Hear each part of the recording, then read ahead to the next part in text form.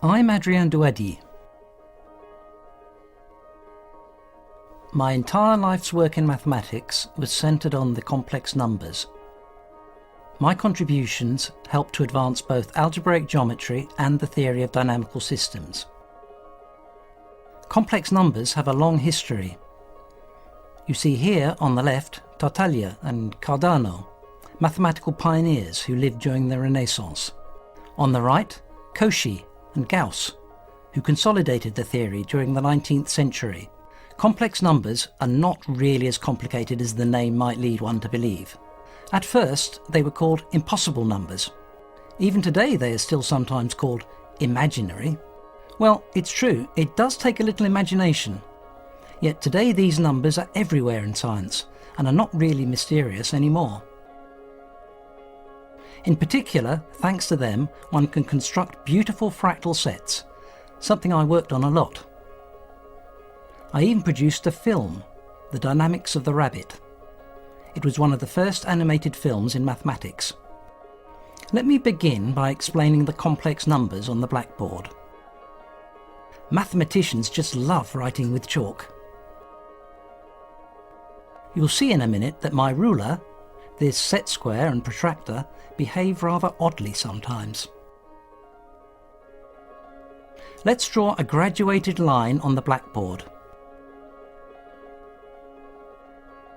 One of the most beautiful ideas in mathematics is to link geometry to algebra. This is the starting point of algebraic geometry. Just as we can add numbers, we can add points. Here is a red point on the line and another blue one. Let's add these 2 points. We get the green point. 1 plus 2 equals 3. When the red and blue points move, the green point, which is the sum, must move too. More interesting still is multiplication of points. Let's look at multiplication by -2, for instance. It transforms the point 1 into the point -2, of course. And if you multiply again by -2, you have to do the same thing. Change sides with respect to the origin and double the distance from the origin. You get 4, of course. If we multiply twice by -2, we have multiplied by 4.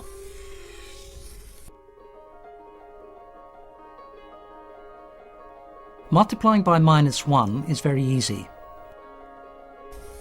Each point is sent to the symmetrical point with respect to the origin. In other words, we do a half turn, a rotation by 180 degrees if you like. When we multiply a number by itself, the result is always positive. For instance, if we multiply by -1, we make half a turn, so that if we do it one more time, well, we come back to the initial point. This is why -1 times -1 is equal to +1. Simple enough. You see, for instance, that multiplication by -1 sends 2 to -2, and that if you multiply one more time by -1, you come back to 2. Obvious, isn't it? Therefore, there is no number which, multiplied by itself, yields -1. Another way of saying this is that -1 has no square root.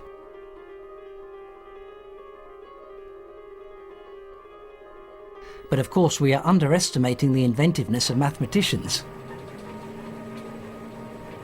At the beginning of the 19th century, Robert Argand had a really great idea.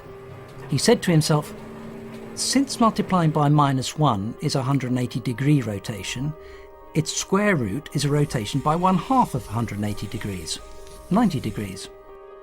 If I do 2 quarter turns one after another, I end up doing a half turn. The square of a quarter turn is a half turn, hence -1. It's easy when you know how. Argand decided, therefore, that the square root of -1 is represented by the point which is the image of 1 by a 90-degree rotation. But of course, this forces us to leave our horizontal straight line, since we have just agreed to associate a number to a point in the plane which is not on the line. As this construction is a bit strange, we say that this point, the square root of -1, is an imaginary number, and mathematicians denote it by I. But once we have the courage to leave the line, everything else is easy. We can represent 2i, 3i, and so on. Each point in the plane represents a complex number, and conversely, each complex number defines a point in the plane. Points in the plane become numbers in their own right. These numbers can be added, just like usual numbers. Look at the red point, which is the point 1 plus 2i.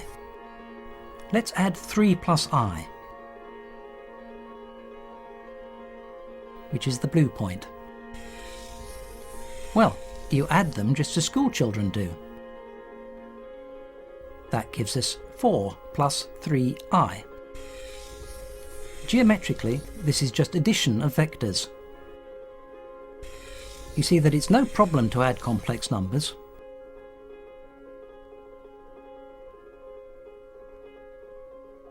Much more interestingly, these complex numbers can also be multiplied, just like real numbers. Let's see.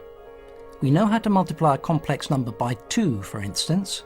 2 times 1 plus 2i gives 2 plus 4i. Geometrically, multiplying by 2 is easy. It's just scaling up by a factor of 2. If we double the red point, we get the green point. Multiplying by I is not difficult either, since we know that I corresponds to a quarter turn. In order to multiply 3 plus I by I, we just have to rotate by a quarter turn. We get -1 plus 3i.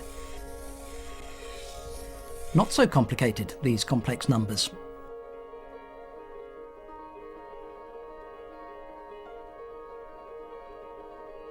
And finally, we can multiply any two complex numbers with no problem whatsoever.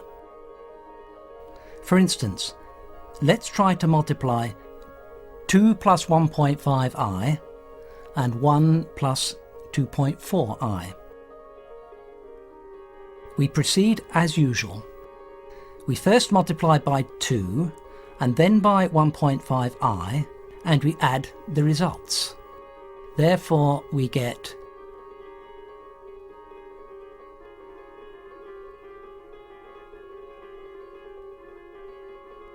which is -2 plus 4.8i minus 1.5i plus 3.6i times I. But I squared is -1, since we invented I for this purpose. So we get -2 plus 4.8i minus 1.5i minus 3.6. And tidying up, that gives us -2 minus 3.6 plus 4.8i minus 2.5i, giving us in all -5.6 plus 3.3i. There you are. We know how to multiply complex numbers. In other words, we can multiply points in a plane. That's amazing. We thought that the plane was dimension 2, since 2 numbers are necessary to locate a point. And now I'm telling you that 1 number is enough. Of course, we changed our numbers, and now we are dealing with complex numbers. It seems the right time to define 2 notions, the modulus and the argument of a complex number.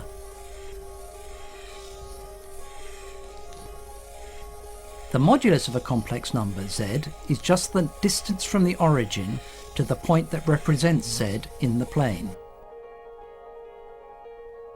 Let's use the ruler to determine the modulus of the red point, which is 2 plus 1.5i. Let's see.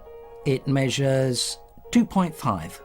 The modulus of 2 plus 1.5i is therefore 2.5. For the blue point, I get 2.6. And for the green point, which is the product of the 2 points, I have 6.5. As a rule, the modulus of a product of two complex numbers is just the product of the moduli of the two numbers.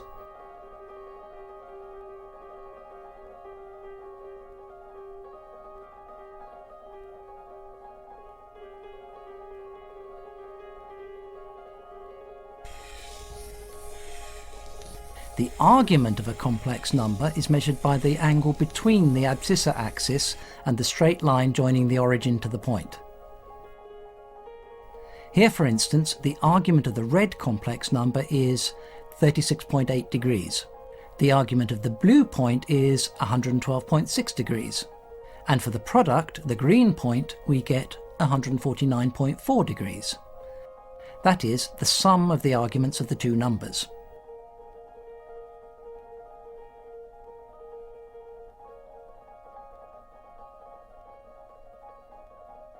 When we multiply two complex numbers, moduli are multiplied and arguments are added.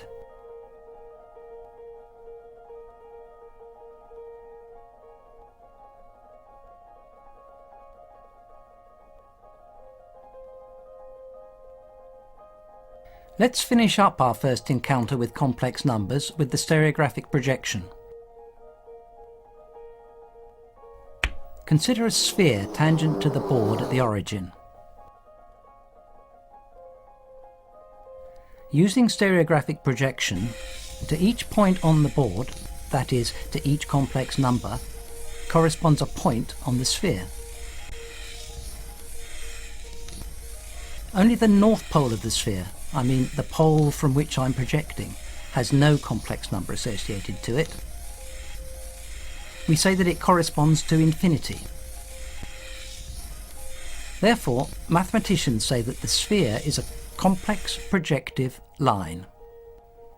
Why line? Because one needs only one number to describe its points.